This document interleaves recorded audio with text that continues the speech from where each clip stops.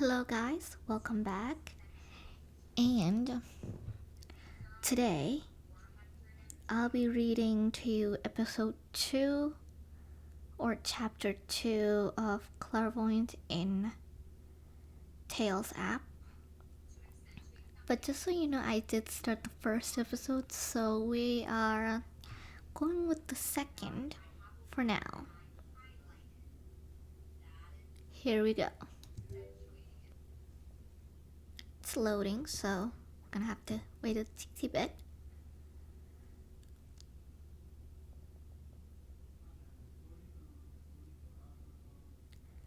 The streets of London. After a restless night's sleep, you're walking back towards the Reynolds house. The police arrested Mrs. Reynolds last night. After her confession and with her husband confirming the crime, there wasn't much of an argument. Even after your gifts were mentioned to the arresting officers. Your concern today isn't for Mr. or Mrs. Reynolds, though. You want to get back into their cellar to see if Frederick's spirit is still trapped there. He should have moved on, but in your experience, spirits sometimes become stuck in our world. The street outside the Reynolds. You turn the corner and immediately see a uniformed officer stationed outside the Reynolds front door. He looks young and inexperienced. You need him to allow you into the Reynolds house, but he will likely have been told to not to let anyone in. You know you need to get past him. So I have 3 choices here. Flirt your way inside, trick him into letting you in, tell him the truth. I'm going with the first one, so flirt your way inside. You look too young and handsome to be a police officer. How old are you, officer? The officer blushes noticeably. He's clearly not used to women complimenting him. Oh, Campbell is my name, and I'm 19 years old, ma'am. 19? I'd imagine your wife loves how her young husband looks in his uniform. Am I right? I'm not married, Miss Hardinge. Viola Hardinge. You'll move closer to him and lightly rest a hand on his shoulder. You're not married?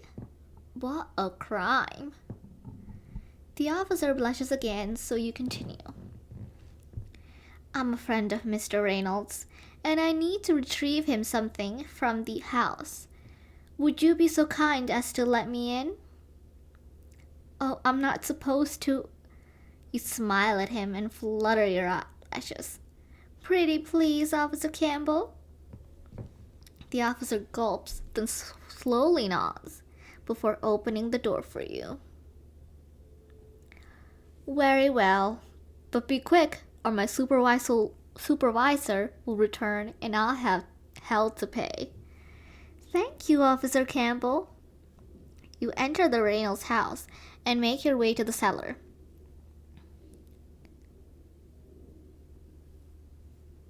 Sorry for the silence. The cellar. You climb carefully down the stairs, carrying a lit candle you borrowed from their kitchen. When you reach the bottom of the stairs, you can see that the hole in the floor has been widened and Frederick's body is gone. The police must have cleared it away last night. You advance to the center of the room. You can now see your senses to see if Frederick's soul remains. I only have one, so I'm just gonna click it. Look for a sign of the spirit. Frederick appears to you, materializing out of thin air in the area where his body had been buried. He slowly walks over to you, his dead eyes looking up in confusion. You look down at him and smile, attempting to put the ghostly child at ease. It's okay, Frederick. I took care of the lady who hurt you. She can't ever do it again. You're free to move on now. The boy continues to look at you with his dead eyes seemingly devoid of understanding. You'll be happier if you move on, Freddy. Trust me, I'm here to help you. Be at peace. After a few moments, the boy nods and begins to dematerialize, dissipating out of existence. Then, he's gone.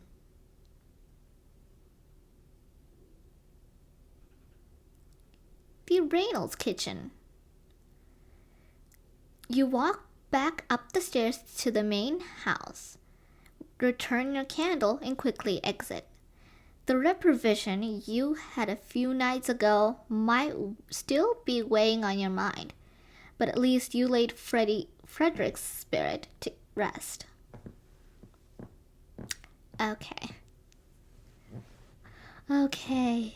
The street outside the Reynolds. You step outside and are about to thank Officer Campbell, who's right in front of you, but he can't meet your eye. Is something wrong? You ask.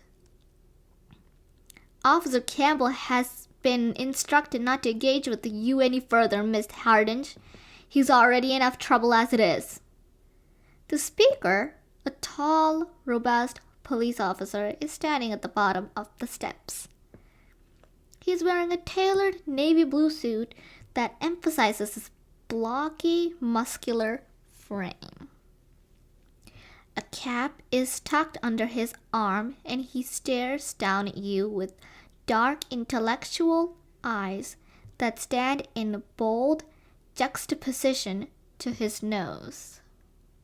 It's bent enough that it must have been a broken half-dozen times. I see, you reply. Well, I'm sure I can explain what happened. Inspector Melville Hogg. And you'll explain yourself to me, all right? Just not here. We can discuss why you broke the law by entering an active crime scene down at the station. You nod your head, trying to play this as nonchalantly as possible. Am I under arrest? That depends on how readily you agree to come with me. I'll come of my own free will, Inspector Hogg. I think you'll be interested in what I have to say. Hogg manages a slight smile, but there's definitely a hardness to him lurking beneath the surface. I'm sure I will.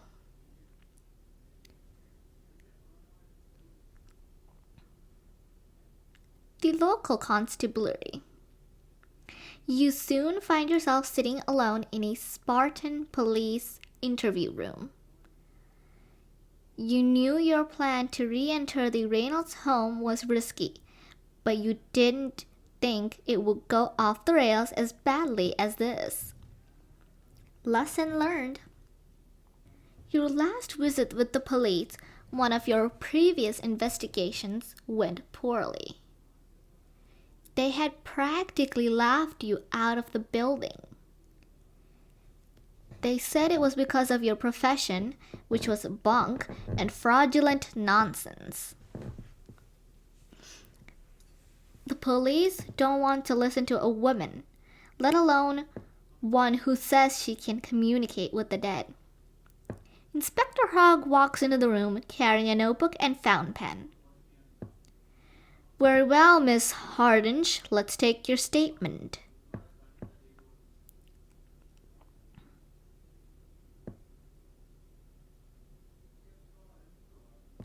Thank you for agreeing to hear me out, Inspector Hogg. How has your morning been so far? Fine. I can't really complain. That's nice. Nothing more important than starting the day on a positive note. Hong flips open his notebook and reviews what he's already written within it.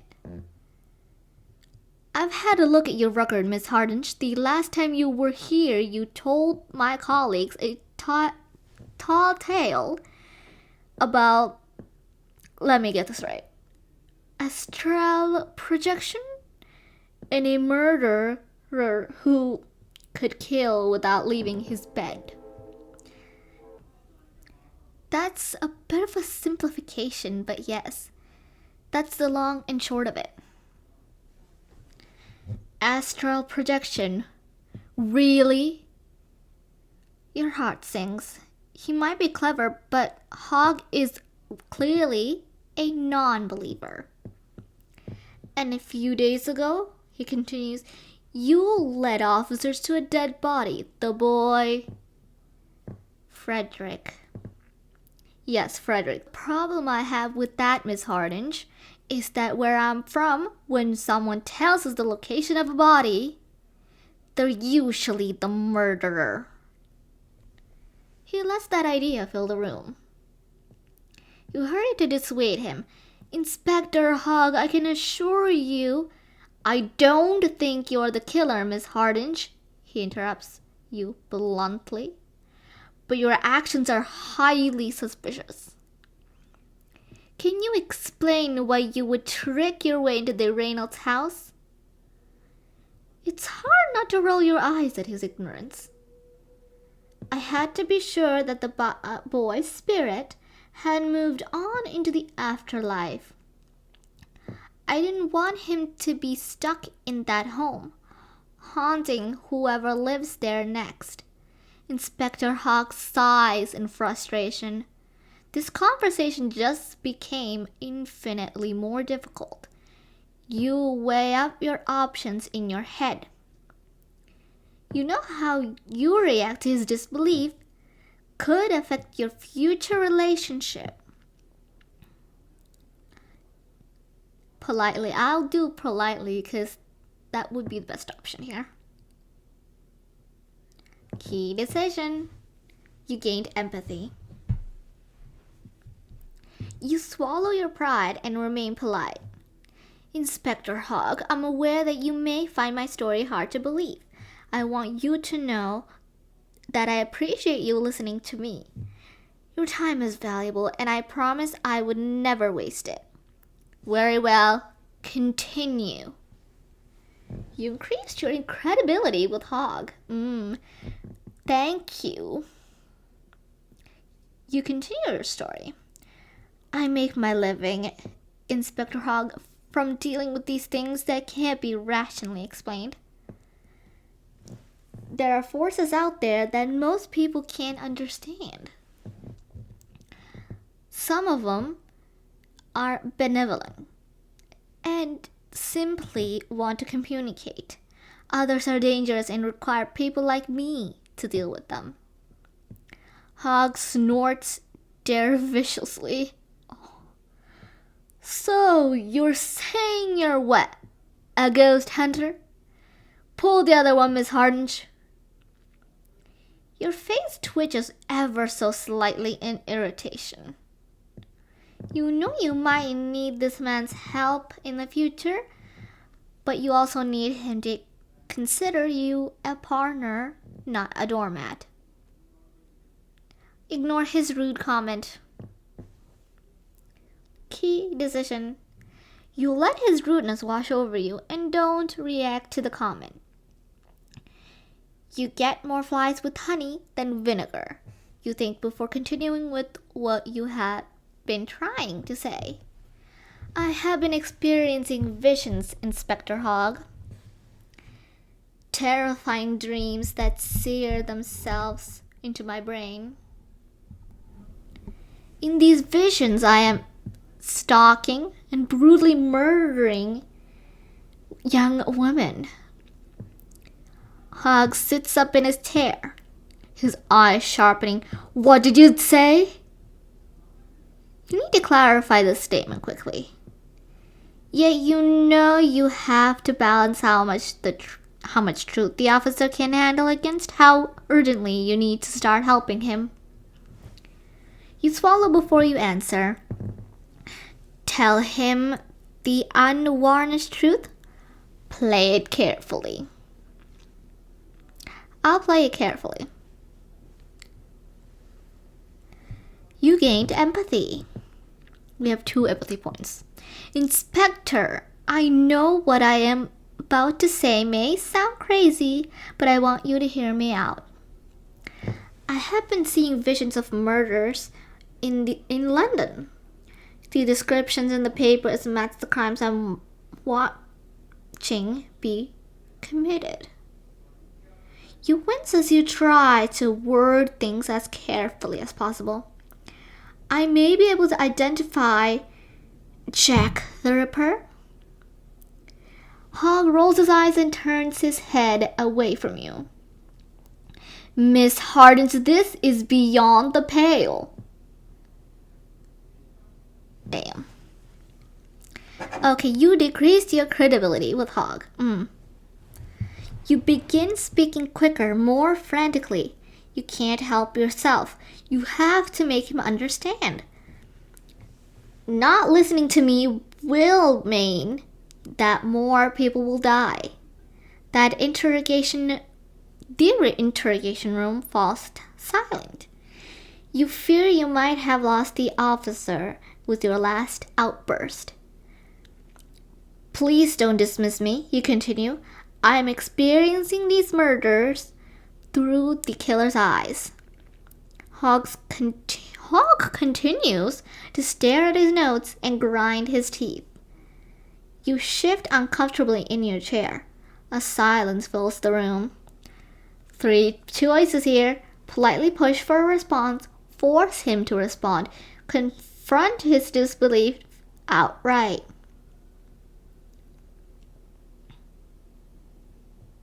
I went with the 3rd. Do you believe in ghosts, Inspector Hogg? The supernatural? Magic? Visions? Hogg ponders the question for a moment. Not in the slightest, Miss Hardinge. It is clear to me, though, that you believe what you're saying. For you, those things are real. For the rest of us, though, you're spinning a spooky tale of fiction. I assure you I am not telling a horror story. I am telling the truth. Hogg shakes his head.